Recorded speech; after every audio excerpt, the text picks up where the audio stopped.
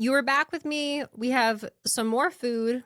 We got Ryan and questions to answer. Get in, losers. We're going lifting.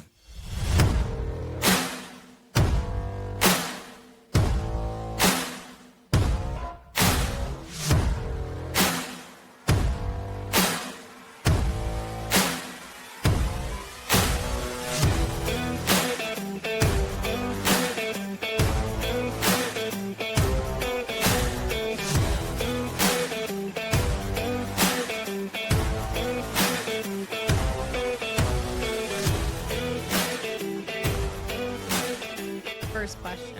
I'm a busy mom with 20 minutes max to work out. Can kettlebells work for me? Absolutely, they can. There's so much you can do within 20 minutes. Take a 20-minute EMOM. Let's say you take 5 exercises. This is super beginner friendly. We squat, and then you do a push press, and then you do a deadlift, and then you do a single arm bent over row. You do this over the course of 20 minutes. So you hit 5 rounds. You just had a great 20-minute workout. The thing that you need to be mindful of is what kind of results are you expecting?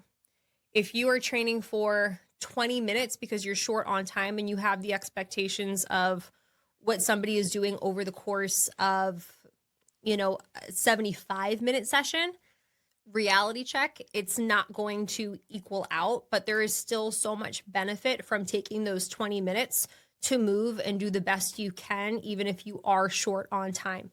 So if you're wondering, can kettlebells work for me or not? If I have 20 minutes max to work out, they absolutely can. You just need to understand what the realistic expectation is for doing that.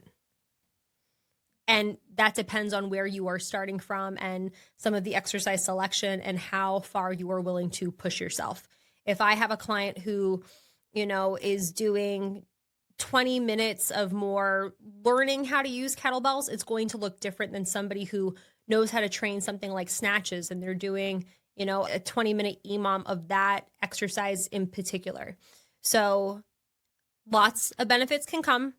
20 minutes is not a waste, but we need some realistic expectations of what those results will look like. Next question. What kind of body changes can I expect in the first 30 days? It depends. How many days a week are you training? Are you tracking macros? Are you eating more, clean? Are you starting at 200 pounds? Are you starting at 150 pounds? Are you somebody who already has muscle? Are you somebody who is beginning to train from day one? The results that you can get really depend on where it is you are starting from and how much work you're willing to put into it. You training 2 days a week is going to look different than somebody who is training, 4 days a week. You training for 20 minutes is going to look different than somebody who's training for 75 minutes. It's not really fair for me to say, what can you expect in those 30 days? But what I can tell you is this: if you are showing up consistently, if you are following a progressive training program, if you are doing things that are intended to move you forward, 30 days is plenty of time to see, is this moving me in the right direction or am I not seeing anything? Everyone is talking about Pilates and yoga. How do kettlebells compare? I mean, it's like comparing apples and oranges to an orangutan. It's just like, it's not really a fair comparison. I mean, what can I say to this? Pilates, a lot of the time, everything's done for the most part with, some form of like a band where you're on the reformer, or it's like pulsating stuff where you're lying flat on your back.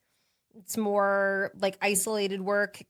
Kettlebells, it's very much whole body is involved. Everything is up on your feet. You're not doing stuff where you're laying on your back. It's very authentic to just like moving throughout life with the kettlebell. Yoga, again, it's just so different. Yoga, there's a lot going on in terms of flow, being in flow state, connecting mind-body connection. That happens in Pilates and kettlebells as well. There's a big emphasis on flexibility. We do see a lot of this stuff actually in kettlebells as well. Flexibility being one, doing exercises like, windmills, pieces of the Turkish get up. but they're very different things. I think what kettlebells have in common with yoga and Pilates, which is something worth, just bringing awareness to, is the mind-body connection. A lot of times I hear women talking about Pilates in terms of connecting to deep core work, or when you're doing yoga, it's being more mindful of alignment and your breathing and these smaller, more nuanced adjustments to your form and feeling, how the mind and the body connects to that. And kettlebells are very much that too. What is a form of training that does not have a mind-body connection? Being on the treadmill and scrolling TikTok. Like, you can do that mindlessly. And I would say you don't want to be mindless doing, yoga or Pilates, and you definitely don't want to be mindless when you are using kettlebells, because unlike Pilates and yoga, the kettlebell is unforgiving. If you do something the wrong way, there's a good chance you're going to get smacked. We're going to drop it, right? If you fuck something up in yoga or Pilates for the most part, like, maybe you'll notice, maybe you won't, maybe your instructor will notice and you'll be like, what's going on? But when it comes to the kettlebell, you are going to be told right away, is this right? Is this wrong? With the acknowledgement of, ow, that hurts. That's one of my favorite things about the kettlebell. Very quickly, am I doing it right or wrong, just based on how the kettlebell is treating you, which I find very fascinating. But how do they compare? They're very different things, but it is cool to think about them similarly in regards to just strengthening the mind-body connection. What's the most common mistake you see people make with kettlebells? There are so many directions we can go with this one. Let's see.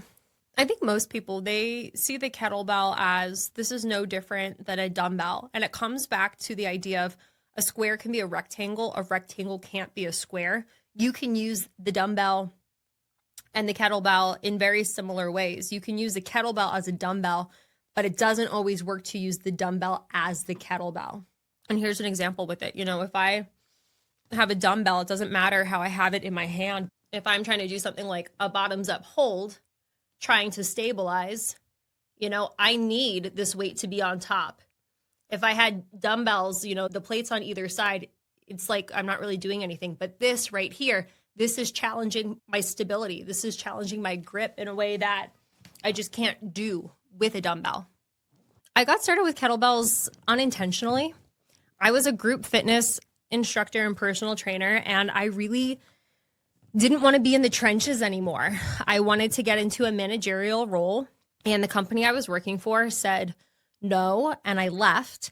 And I was looking for a company that would put me in more of a role like that. And I found myself at an interview for this kettlebell studio to manage, but part of managing did mean hosting these small group classes.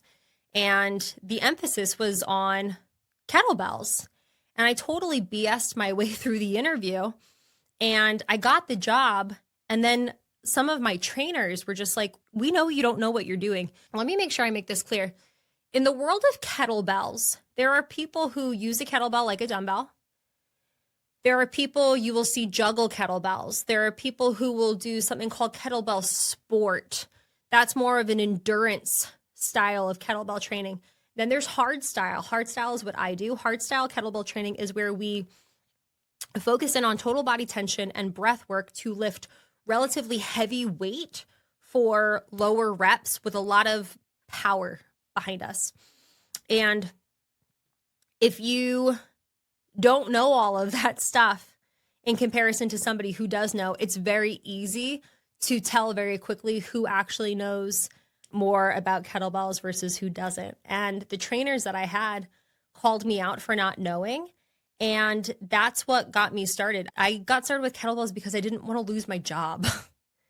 So it's interesting, my storyline with them, because I never picked them up to try to change my body. I never picked them up to get strong. All of that stuff found me because I was in a position where I needed to learn how to use this modality, or I needed to find a new job.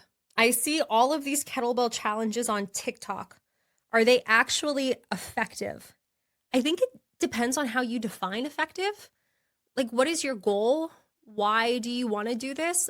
I mean, I've posted like challenges where it's like, go do a Turkish get up with a kettlebell and then try to do it again with a tequila shot balanced on your fist. And it's like, this is fun, but this isn't how I'm going to build this super strong body that has definition. So I think it depends on the challenge, what your goal is.